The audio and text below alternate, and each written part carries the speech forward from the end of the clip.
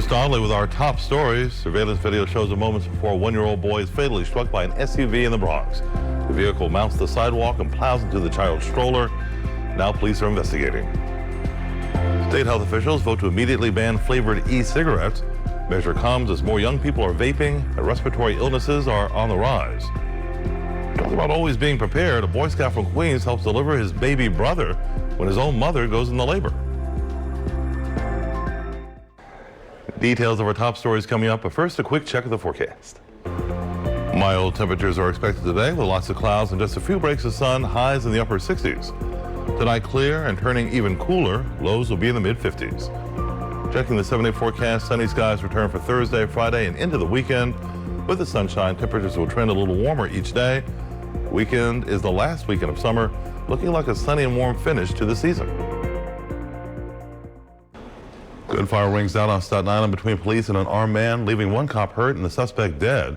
Investigators say it all started as a domestic violence call around 8 a.m. Tuesday on Park Hill Lane in Clifton. Two officers met the woman who made the call outside, and they drove her around till she pointed out her alleged attacker. As police tried to arrest him, they say he became combative and resisted, then pulled out a gun after being tased. When he allegedly began firing, police returned shots of their own. One officer was hit in the left hand while the suspect was killed at the scene. We spoke to the witness who took this cell phone video. She says when the officer was shot, police jumped into action to get her help.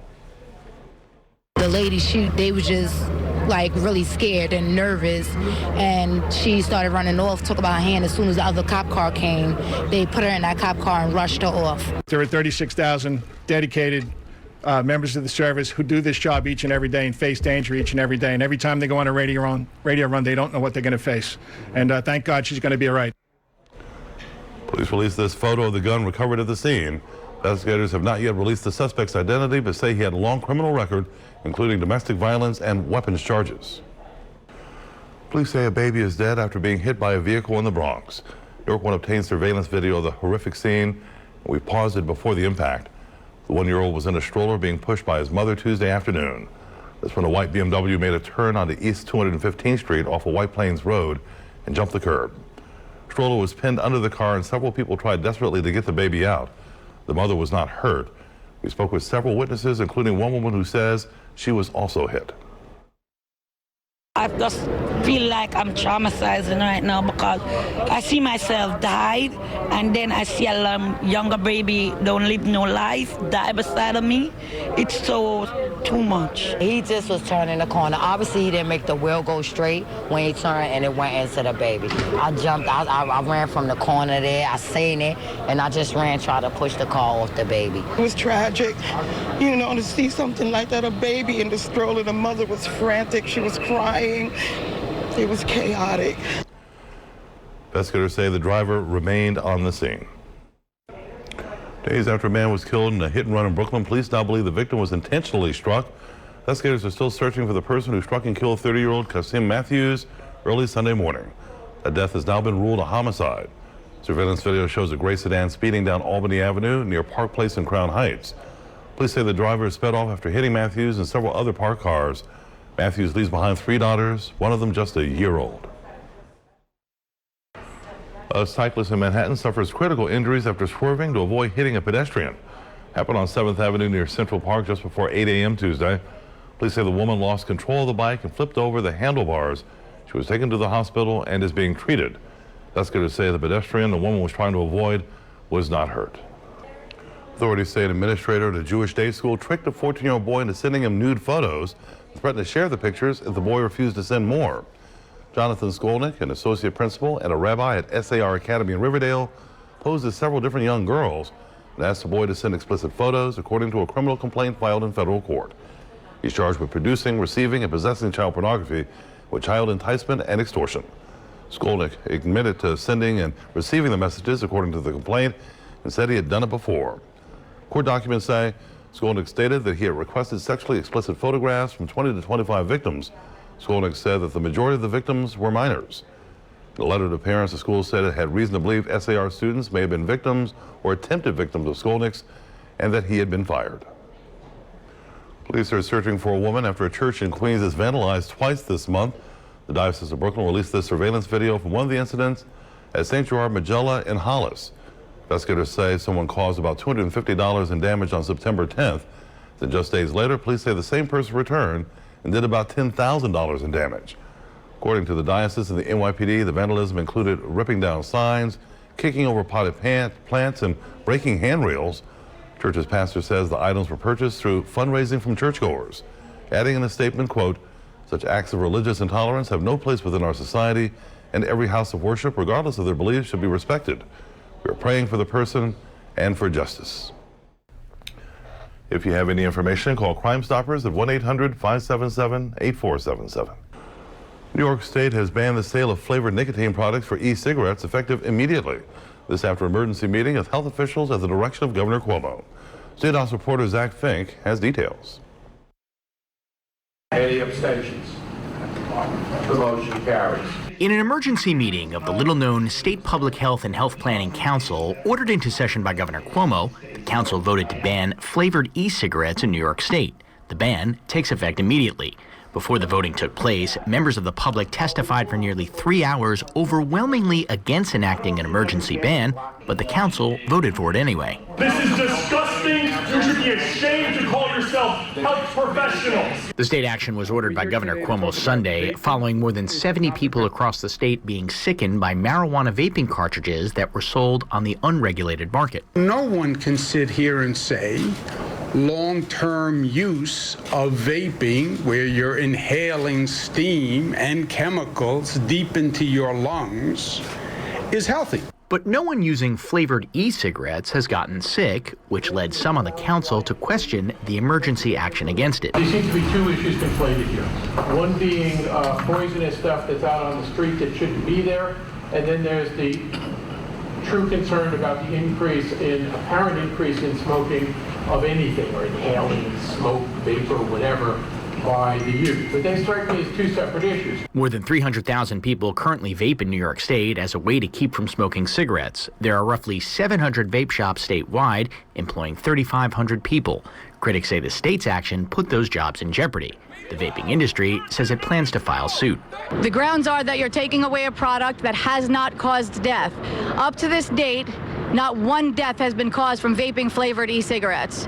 To ban a product that has not killed or hurt anyone is criminal. The council held open the possibility of reconvening later this year to also ban menthol and mint flavors, which were exempt from Tuesday's vote.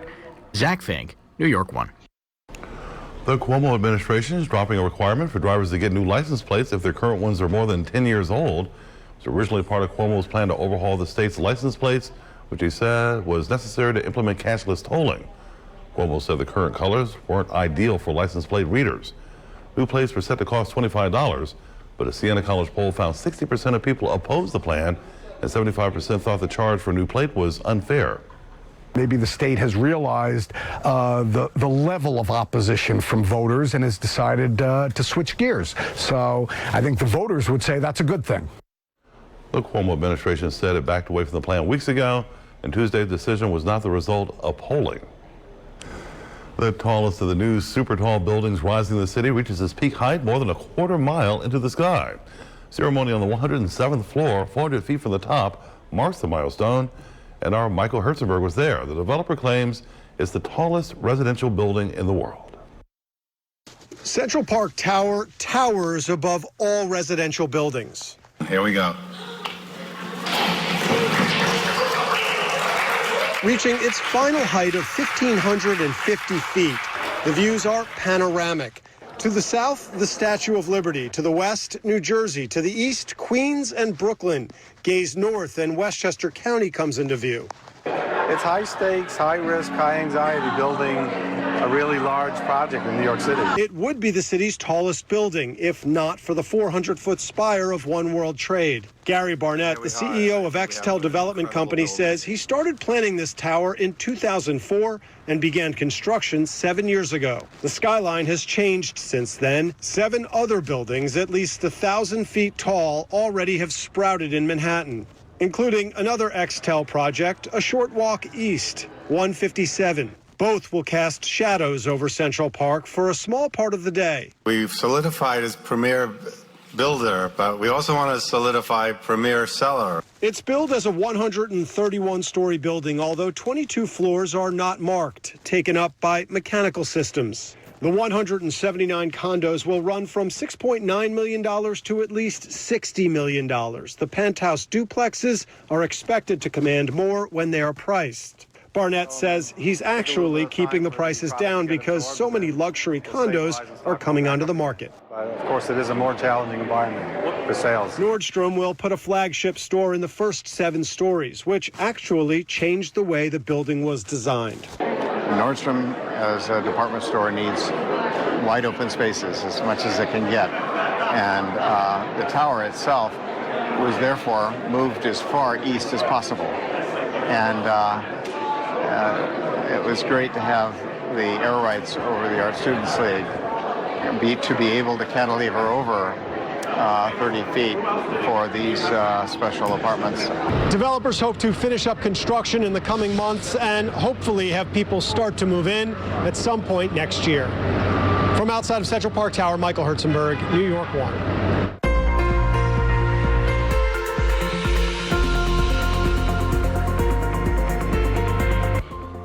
Now here's weather on the ones. Clouds with breaks of sun today. Temperatures cooler with highs only in the upper 60s.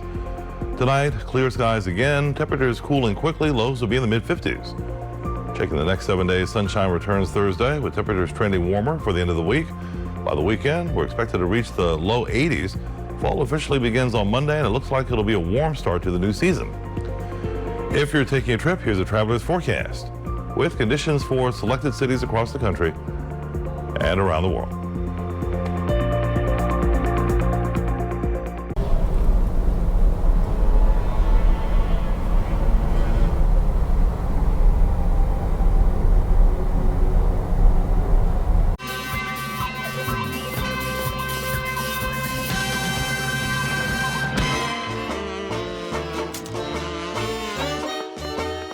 At Flat Rate Moving, we know that love happens quickly.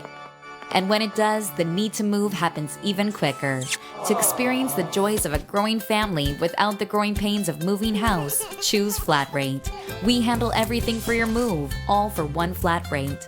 Life makes you move. Flat Rate makes it easy. So I've noticed that around New York City, many businesses are going towards a business casual attire. And Mohans is at the head of this transition. So I knew I had to come to Mohans to redo my wardrobe. I didn't want to be in jeans and a polo. I still wanted to keep kind of formal. Whatever you buy here, you will have it for years and it'll always look good. The quality is unmatched. The fabrics are unmatched. The way you look will be unmatched. Make your milestones momentous with Mohans.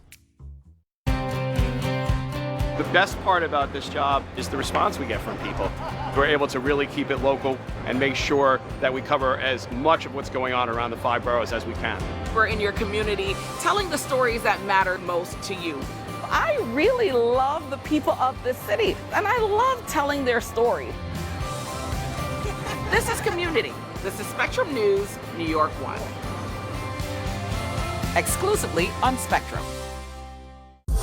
Spectrum Mobile offers the flexibility you want and savings you deserve.